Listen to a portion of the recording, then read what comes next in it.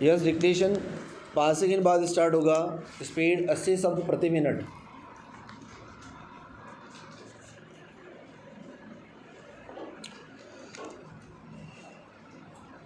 Yes, start. यदि एक ऐसे व्यक्ति का नाम पूछा जाए जिसने हॉकी के खेल में अपने करिश्माई प्रदर्शन से पूरी दुनिया को अचंभित कर खेलों के इतिहास में अपना नाम स्वर्णाक्षरों में अंकित करवा लिया हो, तो जवाब के रूप में केवल एक नाम मेजर ध्यानचंद ही होगा। विराम।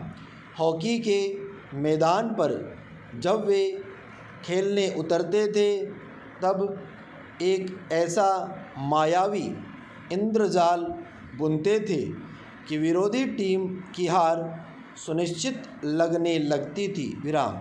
उनके बारे में यह कहा जाता है कि वे किसी भी कोण से गोल कर सकते थे। विराम।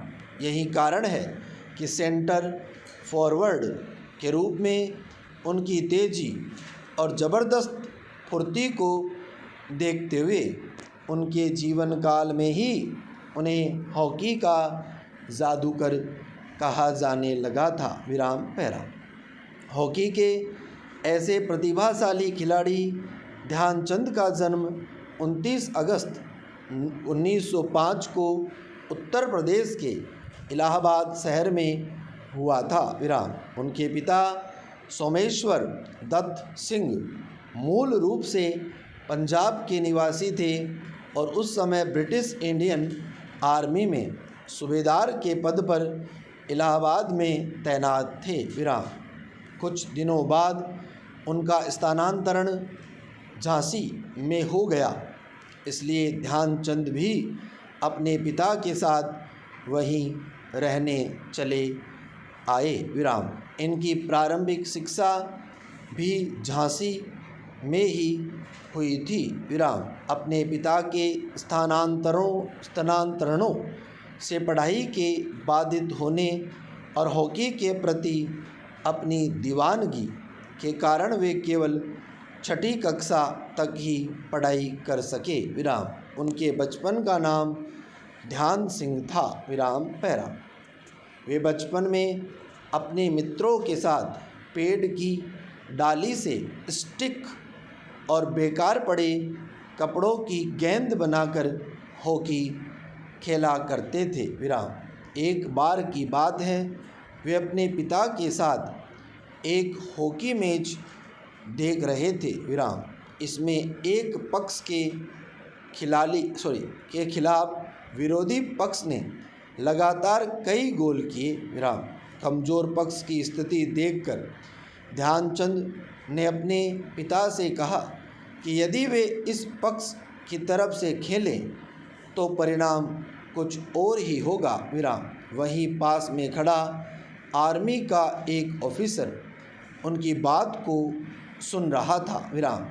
उसने ध्यानचंद को कमज़ोर पक्ष की ओर से खेलने दिया और थोड़ी ही देर में विरोधी टीम के खिलाफ लगातार 4 गोल कर उन्होंने अपनी अद्भुत प्रतिभा का परिचय दे दिया। विराम।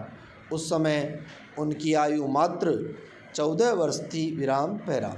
उनकी प्रतिभा से प्रभावित होकर कुछ समय बाद आर्मी के उस ऑफिसर ने उन्हें मात्र 16 वर्ष की आयु में इंडियन आर्मी में भर्ती कर लिया। विराम।